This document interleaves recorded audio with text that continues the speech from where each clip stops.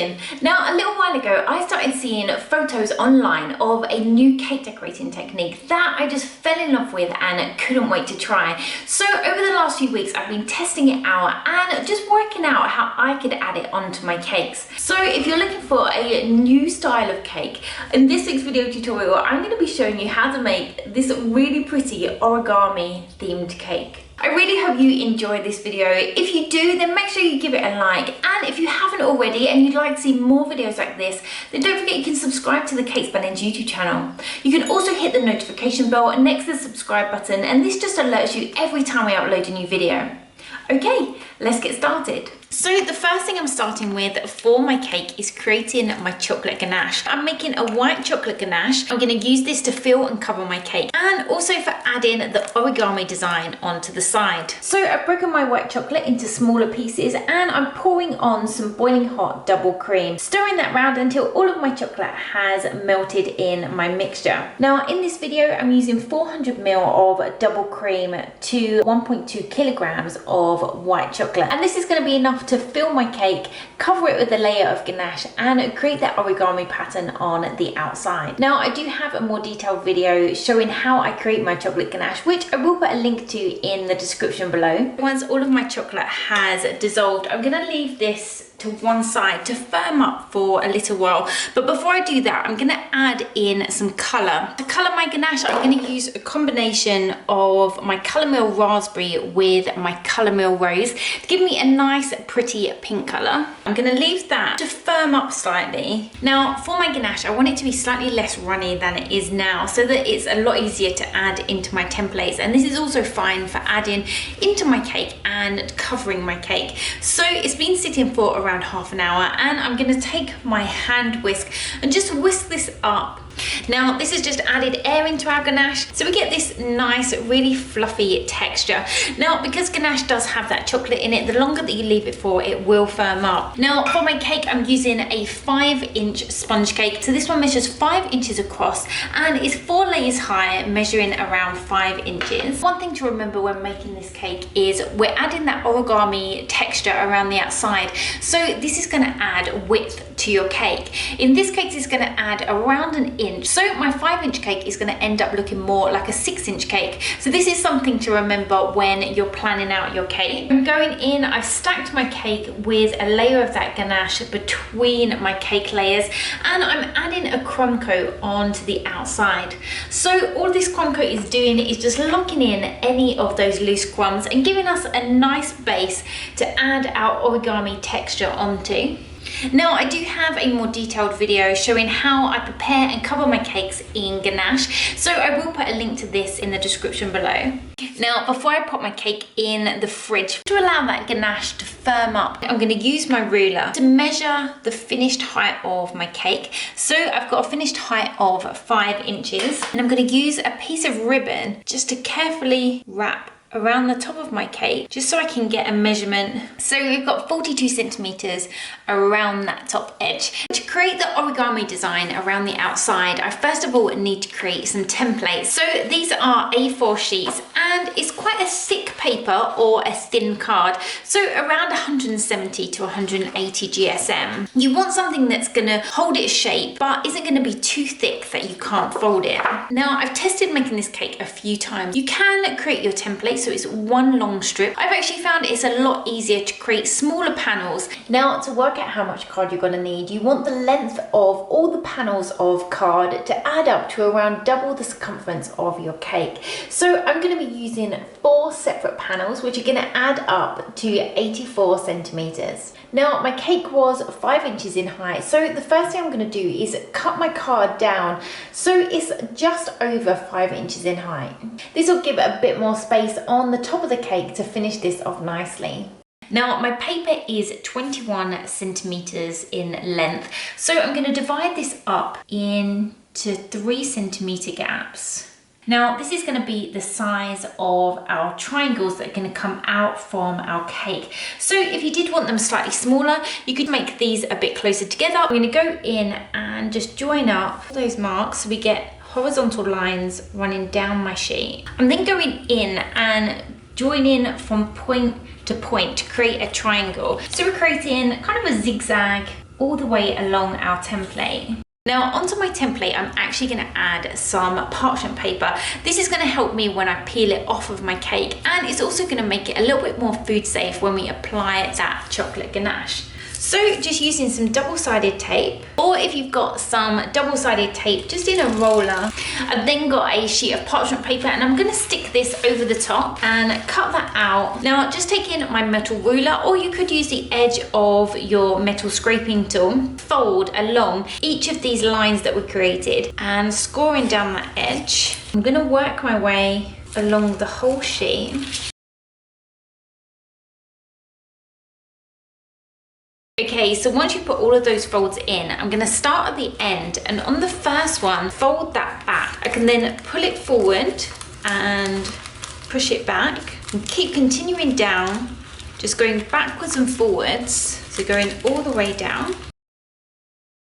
Now, when you open it up, we've got this panel that has these 3D triangles. Now, for my cake, I'm gonna need 4 of these. If you wanted to do it in one strip, you could stick each of these panels together and use some double-sided tape. Now, I've found by separating it up and using each panel separately, it allows you more time to work on a single panel. It also means the template won't collapse under the weight of your ganache while you're still working on it all.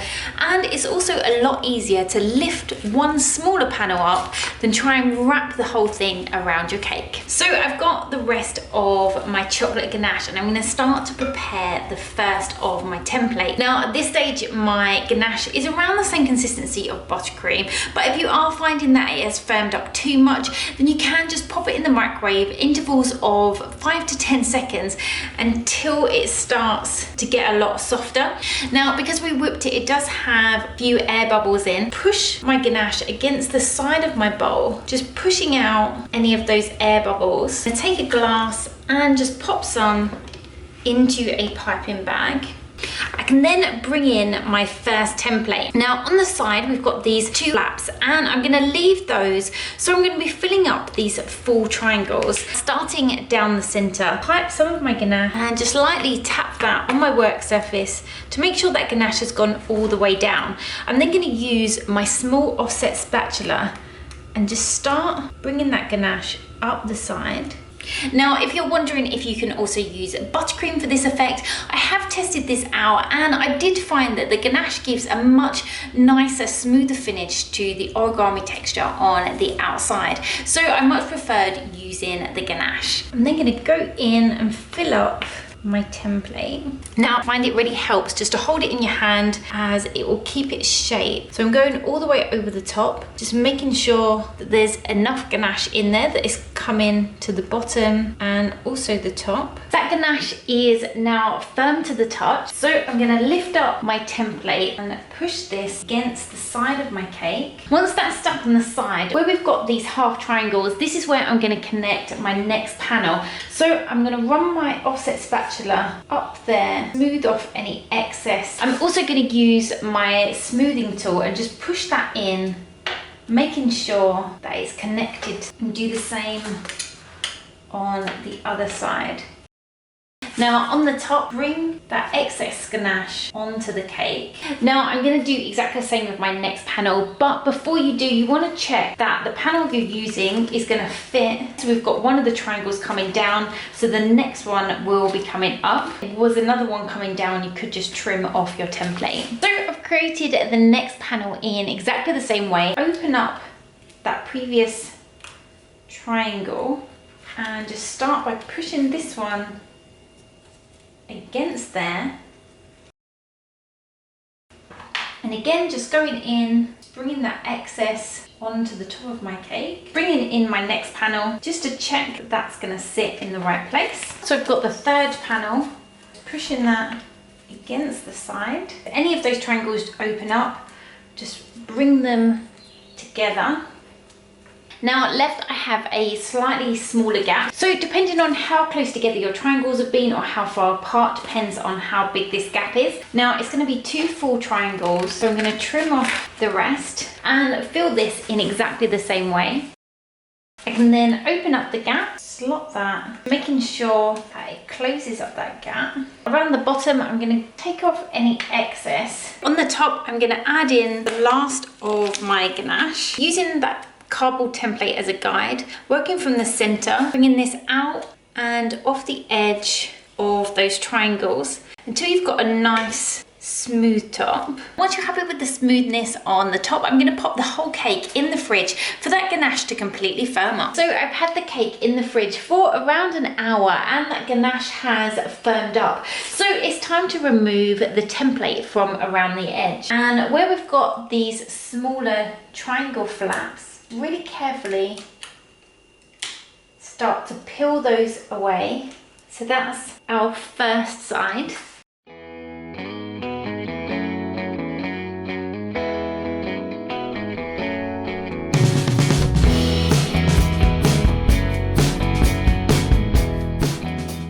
If there are any areas where you have any gaps or have any air bubbles, I've just warmed up some ganache that I had left over and just going in with my offset spatula. I'm going to use this to repair any areas that just need filling up.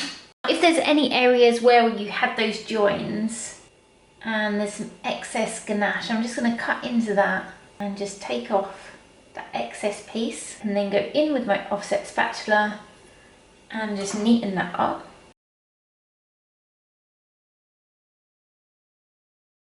Because that ganache is quite firm, you can also take an offcut of parchment paper, just hold it on that side and just run your finger up and down just to smooth out any of that ganache you've added.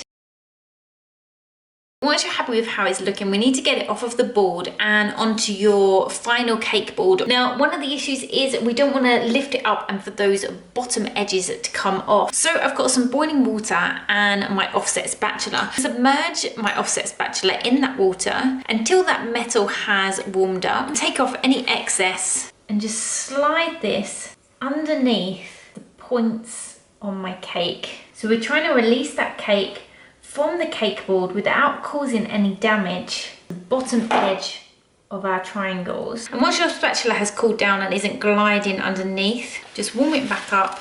I've then got a slightly wider spatula and a large offset spatula. You've then got room underneath your cake to slide this in. I can then carefully just lift that up and slide those out. So here we have the finished origami cake, and if you're looking for a showstopper cake, then this cake really stands out. Now, you can finish off your cake by adding cake toppers of your choice, or you can even use it as part of a tiered cake. I really hope you've enjoyed this video tutorial and will be able to use it in your own cake decorating. If you have enjoyed the video, as always, don't forget to give it a like, just so I know. And if you'd like to see more videos like this and you haven't already, don't forget to subscribe to the Cake Splendid YouTube channel. So until next time, bye!